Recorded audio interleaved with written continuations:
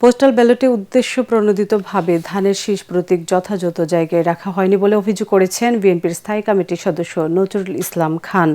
বিকেলে প্রধান নির্বাচন কমিশনার এএমএম নাসির উদ্দিনের সঙ্গে দলের ৫ সদস্যের প্রতিনিধি দলের বৈঠকে এই অভিযোগ করেন তিনি। বলেন, পোস্টাল ব্যালটে অনেক পরে এবং কাগজের ভাঁজের মধ্যে দেওয়া হয়েছে ধানের শীষ প্রতীক। এই ব্যালট সংশোধনেরও আহ্বান জানান তিনি। এ সময় দ্বৈত নাগরিক ইস্যুতে প্রার্থীদের যাচাই বাছাইয়ের প্রক্রিয়া আরও সহজ করতে ইসির প্রতি আহ্বান জানান নজরুল ইসলাম খান। বিস্তারিত জানাচ্ছেন ইয়াসিন রানা।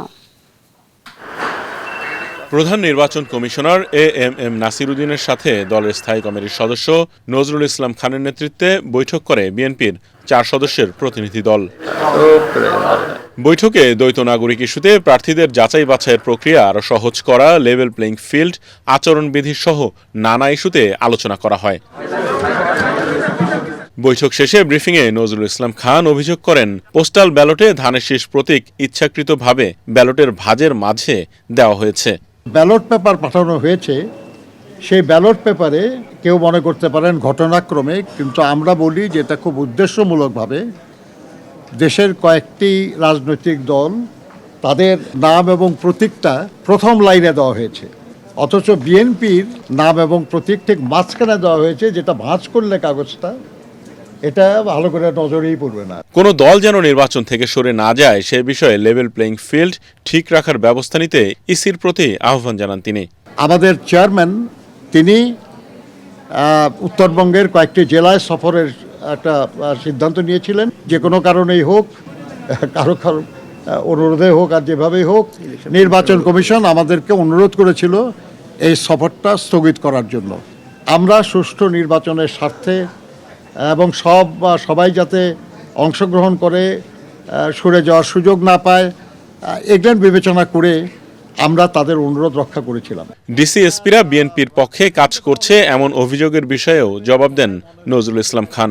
আমার যতটুকু জানা আছে, এসপিদের বদলি হলো এবার লটারির মাধ্যমে, নাকি লটারিতে আমরা কি অংশ নিয়েছিলাম নাকি?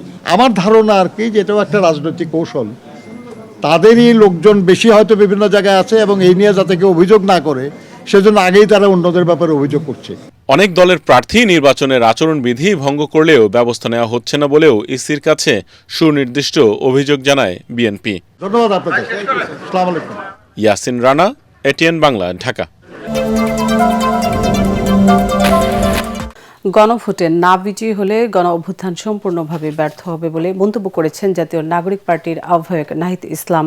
একটি বিশেষ দল হা ভোটের বিপক্ষে অবস্থান নিয়েছে জানিয়ে তিনি বলেন, না ভোটের পক্ষে নিয়ে আগামী নির্বাচনে কেউ জয়ী হতে পারবে না।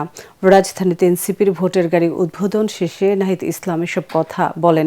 এদিকে ত্রয়োদশ জাতীয় নির্বাচনকে অবাধ, সুষ্ঠু ও গ্রহণযোগ্য করতে জার্মানির সহযোগিতা চেয়েছেন জামাতের আমির ডাক্তার শফিকুর রহমান।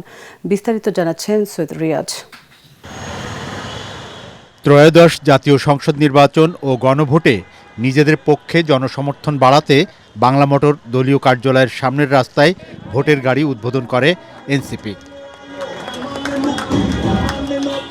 প্রথম অবস্থায় একটি গাড়ি নামালেও পরে এ সংখ্যা বাড়ানোর পরিকল্পনা রয়েছে দলটির।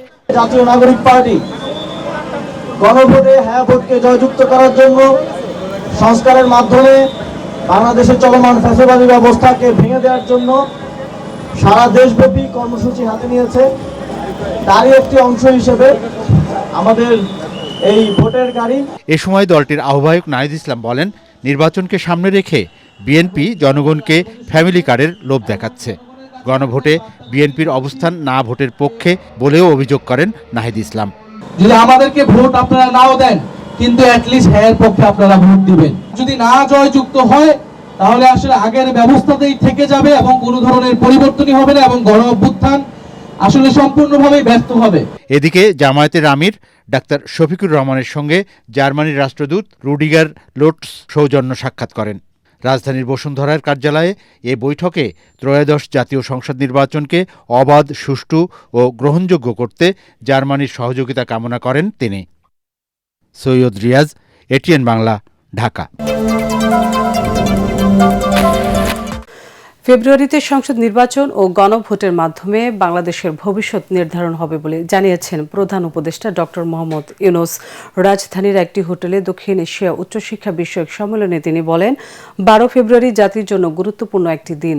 এ সময় পড়ালেখা করে কেবল চাকরির পেছনে না ছুটে উদ্যোক্তা হতে তরুণদের প্রতি আহ্বান জানান প্রধান উপদেষ্টা। তিনি বলেন, জাতির ভাগ্য পরিবর্তনে তরুণদের স্বপ্নবাজ হতে হবে। বিস্তারিত জানাচ্ছেন ইয়াসিন রানা। উচ্চশিক্ষার বর্তমান অবস্থা ও ভবিষ্যৎ দিক নির্দেশনা বিষয়ে দক্ষিণ এশীয় আঞ্চলিক সম্মেলনটির উদ্বোধন করেন প্রধান উপদেষ্টা অধ্যাপক মোহাম্মদ ইউনূস। অনুষ্ঠানে প্রধান উপদেষ্টা বলেন, পড়ালেখার উদ্দেশ্য কেবল চাকরি খোঁজাই নয়, বরং উদ্যোক্তা ও স্বপ্নবাজ হিসেবে নিজেদের গড়ে তোলা। Human beings are not born as slaves. Each human being is a free person. Job comes from the tradition of slavery. You slave for somebody. You don't like the job, but you do it because they pay you. অনুষ্ঠানে বাংলাদেশের আগামী নির্বাচন ও গণভোটের গুরুত্ব তুলে ধরেন প্রধান উপদেষ্টা। Now is election time. Election is coming up 12th of February. The uprising tore apart everything. They created their own charter, July Charter. So there will be referendum to adopt what the future constitution of Bangladesh should be like. এ সময় তরুণদের রাজনৈতিক দল রয়েছে উল্লেখ করে তিনি বলেন, অনেকে নির্বাচনে জয়ের প্রত্যাশা করছেন। They have formed their own political party. I'm sure some of them will get elected. 3 দিন ব্যাপী দক্ষিণ এশীয় উচ্চশিক্ষা সম্মেলনে বক্তব্য রাখেন শিক্ষা উপদেষ্টা অধ্যাপক CR আবরার। সম্মেলনে যুক্তরাজ্য, মালদ্বীপ, মালয়েশিয়া, নেপাল, পাকিস্তান, শ্রীলঙ্কা সহ বিশ্বের বিভিন্ন দেশ এবং বিশ্বব্যাংকের প্রতিনিধি সহ আন্তর্জাতিক প্রতিনিধিরা অংশ নেন। We want our graduates. Yasin Rana, ATN Bangla, Dhaka.